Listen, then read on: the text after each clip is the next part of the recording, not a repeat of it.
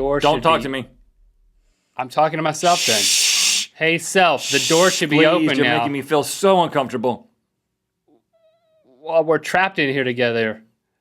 And we should probably figure out a way to get out. I peed on myself. Oh, gosh. So you're just trying to find ways to make it even more awkward. Well, if that's not awkward enough, what if the guy peed on himself?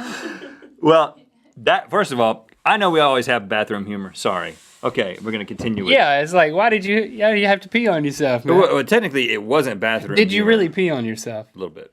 But that happens, though. That happens when you get trapped in an elevator with somebody.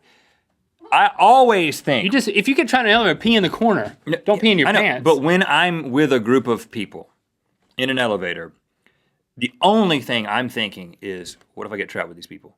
Who do I team up with? I mean, it's like Survivor. There's like 6 people in an elevator. I'm like, okay, he's an ally. He's an enemy. Okay, we're gonna eat him first. She's the first to have to pee. I'm thinking about these things, and then I'm just like, how bad do I have to pee? Or worse yet, number 2. Do you have to do number 2? Because at that point, I'm going through the roof of the thing. Usually they get you before too long. I mean, it's not like an apocalypse just because you're stuck in an elevator.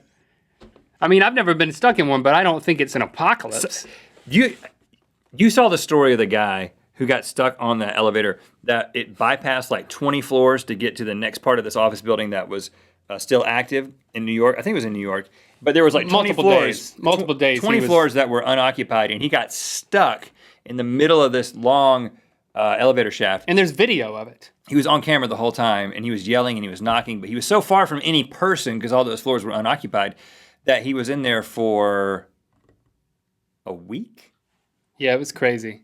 And he was opening the doors and peeing out. I'm sure he was doing something else too, but that was rough. Did we get to all these we wanted to mention? Well, we got to all the ones that we wanted to mention. But I also thought a space diver. There were more from, yeah.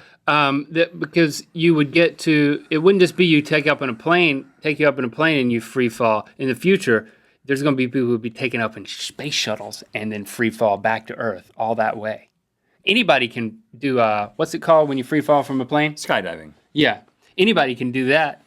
But if you get too far, space diving. If you get too far, you don't come back. That's the problem. You just start orbiting. You're just like, whoa, I'm going sideways. Orbit diving.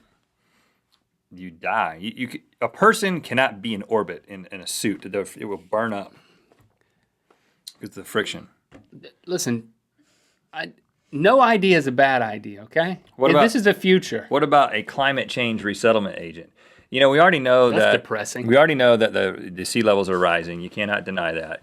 And it's happening at a pretty alarming rate. And it might happen, for Miami, where we went recently, the place isn't going to exist in 50 years unless lots of things change.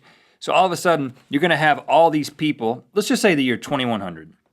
By the year 2100, there's going to be all these people with all this fancy real estate down in Miami that's worth nothing, and just whole cities of people that have to be moved somewhere.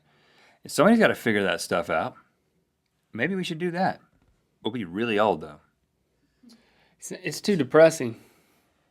I don't want to be the guy. It's like a biblical prophet, man. Someone who's just delivering bad news all the time. Repent or drown. I don't want to be that guy. I think you're missing the point. I want to be more I'm just like talking about people moving from Miami to somewhere else.